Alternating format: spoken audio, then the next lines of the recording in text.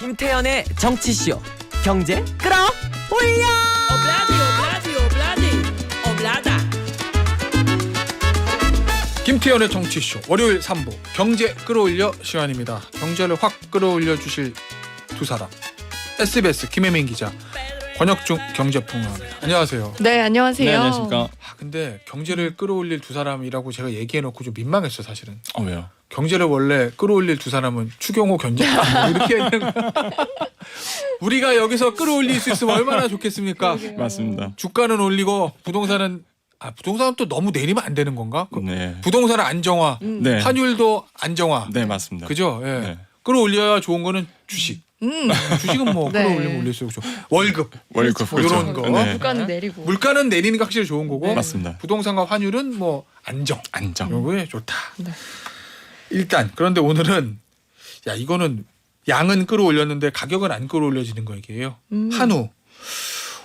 한우 공급이 지금 역대 최대라는 거예요? 네, 맞아요.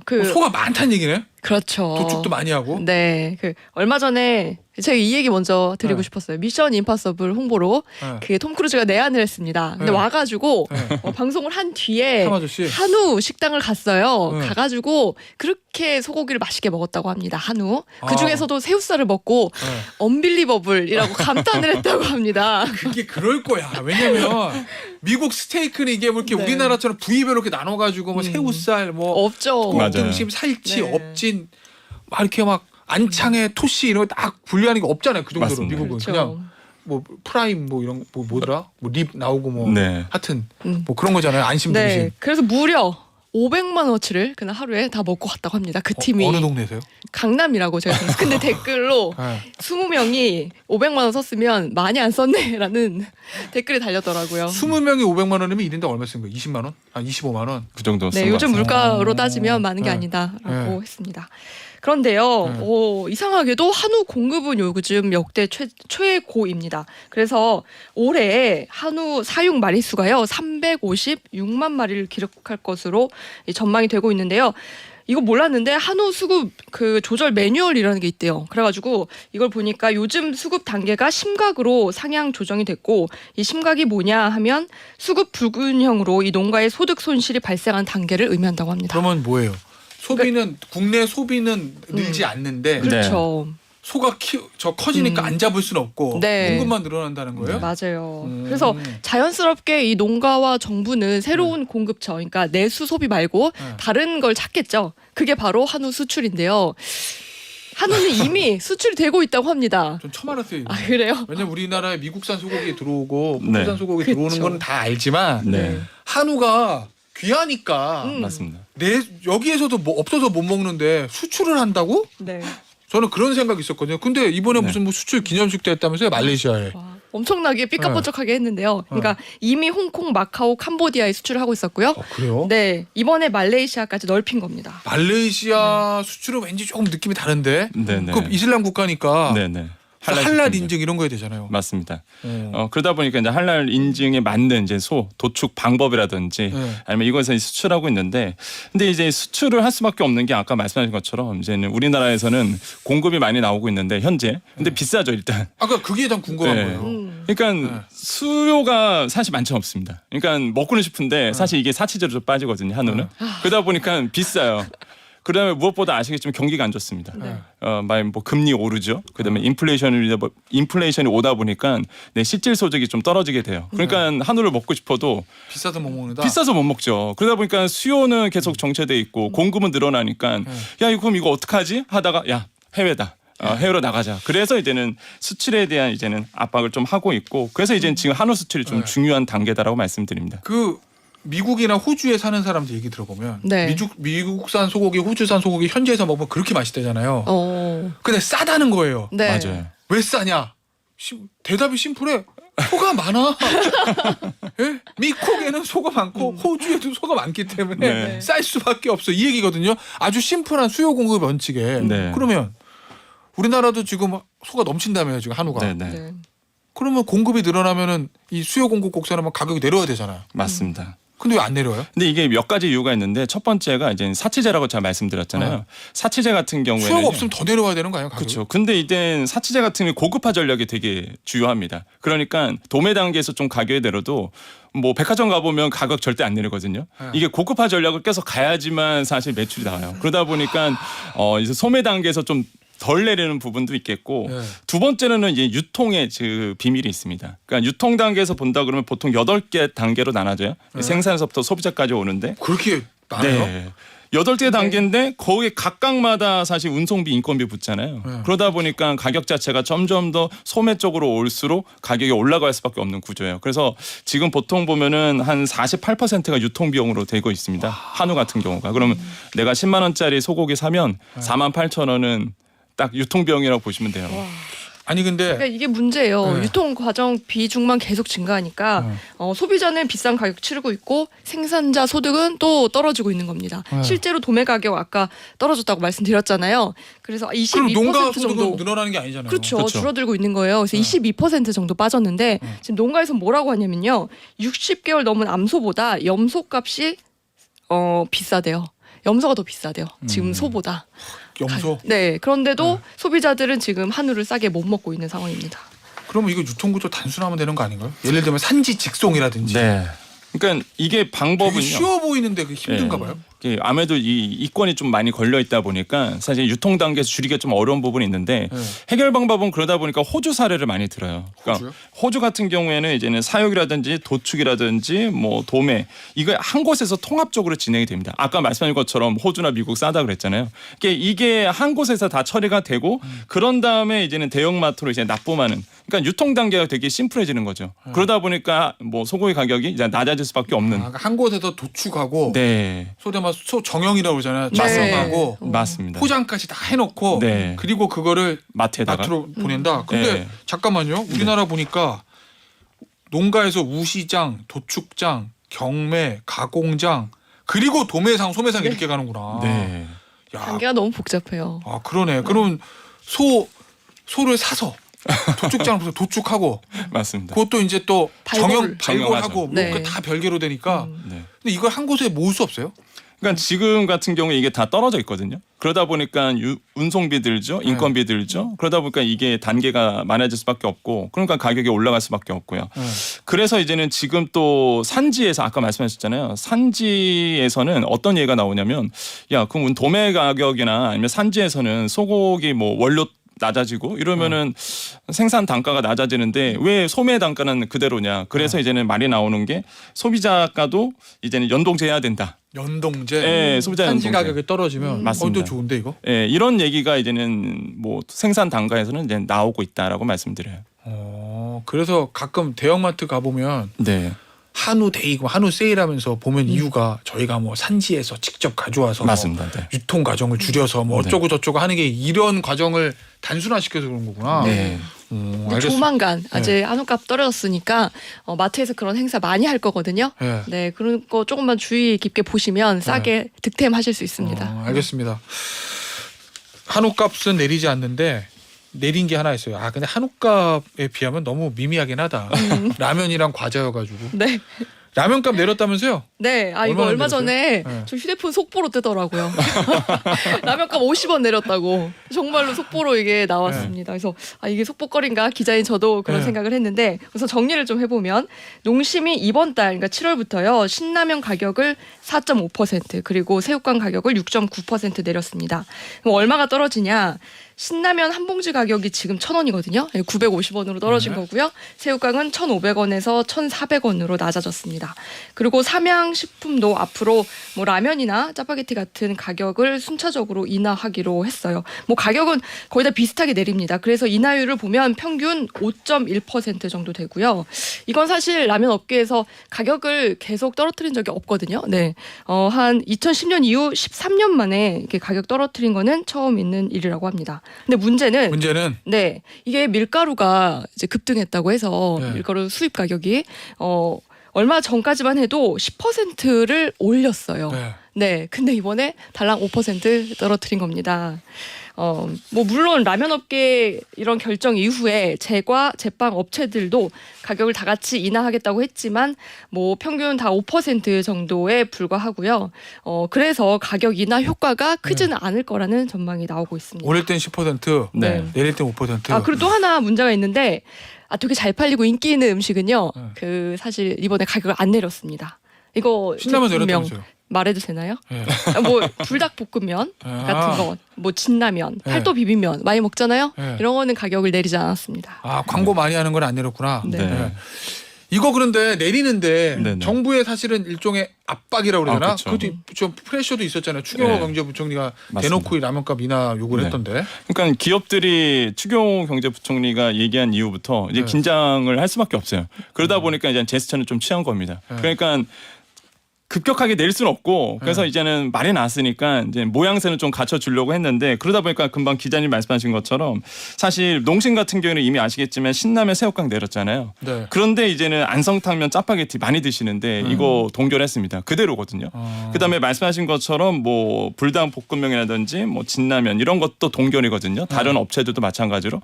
그러다 보니까 사실 소비자들이 이제 마트를 가갖고 내가 잘 먹는 라면 사려고 딱 갔는데 그대로인 거예요. 내렸다던데 50원밖에 안 내리고 실제로 많이 드시는 거는 사실 안 내린 거죠. 그래서 이제는 정부의 압박도 있고 모양은 취해야 되겠고 그래서 사실 이제 인기 상품 정말로 주력 상품 내리지 않았다. 이게 좀 팩트라 말씀드립니다. 자, 그런데 권평론가. 네. 왜 정부가 사실은 민간업체 가격에 대해서 올려라 내려라 하는 게 좀 부담일 수는 있잖아요. 네, 왜냐하면 그렇죠. 시장 개입이라는 비판을 받을 맞습니다. 수도 있으니까. 네.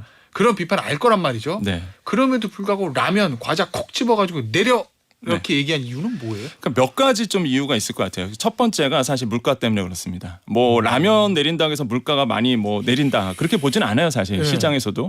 그럼에도 불구하고 이제 서민 음식이거든요 대표적인. 네. 그러다 보니까 이제는 심리적으로 라면 가격이 내려 그러면은 물가가 조금씩 내려가고 있구나는 어떤 그 심리적인 어떤 생각이 좀 들거든요. 심리적으로. 네, 그래서 이제는 그 콕 집어서 이제는 식품 업계를 찍었다 보시면 되겠고 두 번째로는 이제 보통 시장에서는 일각에서는 이런 얘기합니다. 정치적 효과. 정치적 효과. 예, 왜 그러냐면 일단 지금 윤 대통령의 지지율이 답보 상태에 있거든요. 근데 그런 이유를 봤을 때 뭐 여러 가지 개혁도 있겠지만은 사실 이렇게 인플레이션 그러니까 그 물가가 높다 보니까 사실 네. 이게 영향을 많이 미쳐요. 어느 정부가 사실 물가 높으면 인기가 없거든요, 사실. 스투피드 이츠 이코노미 또 있잖아요. 네. 그러다 보니까 사실 이 물가에 대한 어떤 심리적 이런 것들을 이제는 시장에 보여줘야 되거든요. 네. 우리는 이제 열심히 하고 있다. 이런 아하. 것들을 보여주기 위해서 지금 이제는 라면 대표적으로 라면을 찍어서 이제는 좀 얘기가 나오지 않았을까. 예, 좀 생각을 하고 있고. 네. 그런데 하나 또 궁금한 게 있어요. 네. 라면 회사가 돈 잘 벌어요? 그거 정리는 제가 좀 네네. 말씀을 드려볼게요. 사실은 코로나 시기 때는 조금 잘 벌었습니다. 그리고 나서 실제로? 네, 그때 영업이익이 괜찮았고요. 2021년, 22년은 1,100억 원대로 조금 더 떨어졌어요. 이상하게 그때 영업이익이 좀 떨어졌더라고요. 근데 최근에 올해 영업이익 기대치가 아까 제가 작년에 1,100억 원이라고 말씀드렸죠. 네. 이번에 2,000억 원까지 육박을 합니다. 그 이유가 앞에서 네. 2번 정도의 그 라면값 인상이 있었거든요. 그때 국제 밀가루 가격이 인상한다고 이 러우 전쟁 때문에 네. 인상한다고 그 명분이었는데 그렇게 해서 이번에 이렇게까지 이제 영업이익이 치솟게 된 겁니다. 문제는 근데 문제는? 최근에 이제 밀가루 가격이 다시 떨어지고 있어요. 네. 그런데도 불구하고 안 내렸구나. 가격은 네 그대로 가는 거예요. 그러니까 그렇죠. 정부가 그걸 받겠네. 영업이익이 받죠. 2배로 확 늘었기 때문에 네.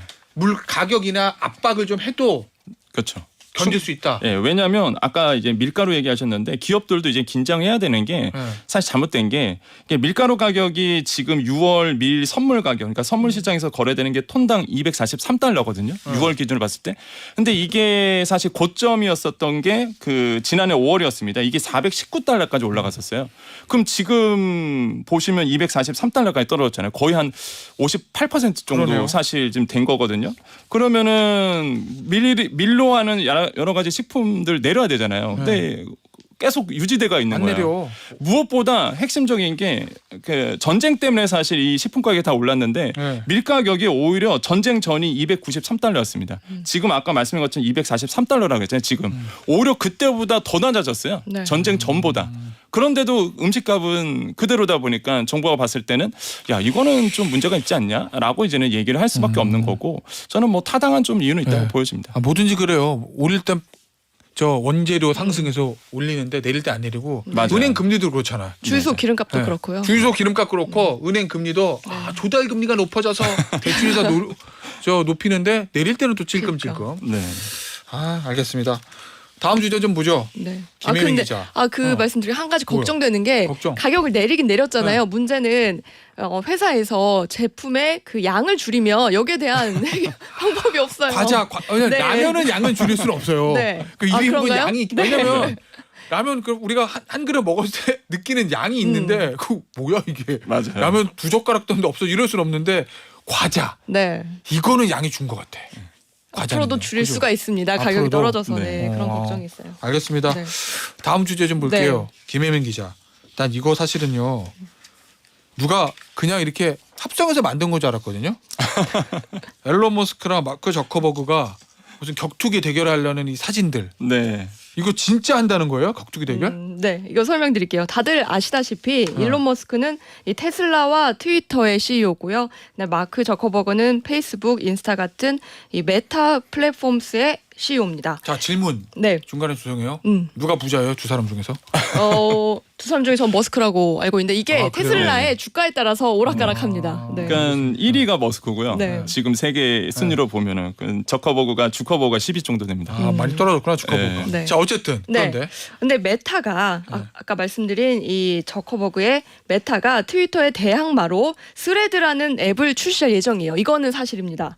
이 소식을 누군가 머스크에게 트위터로 보냈어요. 그러면서 스레드가 진짜 트위터의 라이벌이 될까라는 질문을 했습니다. 그러니까 머스크가 전 지구가 조만간 아무 대안도 없이 저커버그 손가락에 지배를 당하겠네라고 좀 비꼬는 듯한 답글을 답니다. 그러니까 메타의 스레드가 트위터의 라이벌이 되지 못한다 뭐 그런 의미인데요. 그러니까 다른 사용자가 이렇게 말합니다. 저커버그가 주짓수를 한다는데 네. 당신 조심해라. 네. 그러니까 여기다가 머스크가 나는 철창 싸움을 할 준비가 돼 있다. 이 철창이 케이지거든요. 네. 케이지 파이트를 할 네. 준비가 돼 있다라고 답을 했습니다. 그랬더니 저커버그도 가만히 있지 않았습니다. 이 대화를 캡처를 딱 해가지고요. 자신의 인스타그램에 위치를 보내라라는 문구를 띄운 겁니다. 한판 붙을 장소 빨리 정해라 뭐 이런 뜻이겠죠. 애들도 아니고. 네. 그러니까 머스크가 곧바로 진짜라면 해야지라고 말을 한 뒤에 장소를 언급을 합니다. 라스베이거스 옥타곤 이렇게 트윗을 날린 거예요. 그러면서 이 둘의 격투가 성사가 되나 막 이런 의문까지 생겼습니다. 그런데 최근 보도를 보면요 이게 진짜가 될 것 같아요. 왜냐하면 그래요? 종합 격투기 단체인 UFC 대회나 뭐 화이트 회장 주선으로 이 둘의 대결이 물밑에서 모습을 드러내고 있다 이런 보도가 외신으로 지금 계속 나오고 있습니다. 장소도 아까 말씀드린 라스베이거스 옥타곤이 꼽히고 있고요. 네. 그다음에 화이트 회장이 양자 대결 유료 TV 시청료까지 말을 했는데요.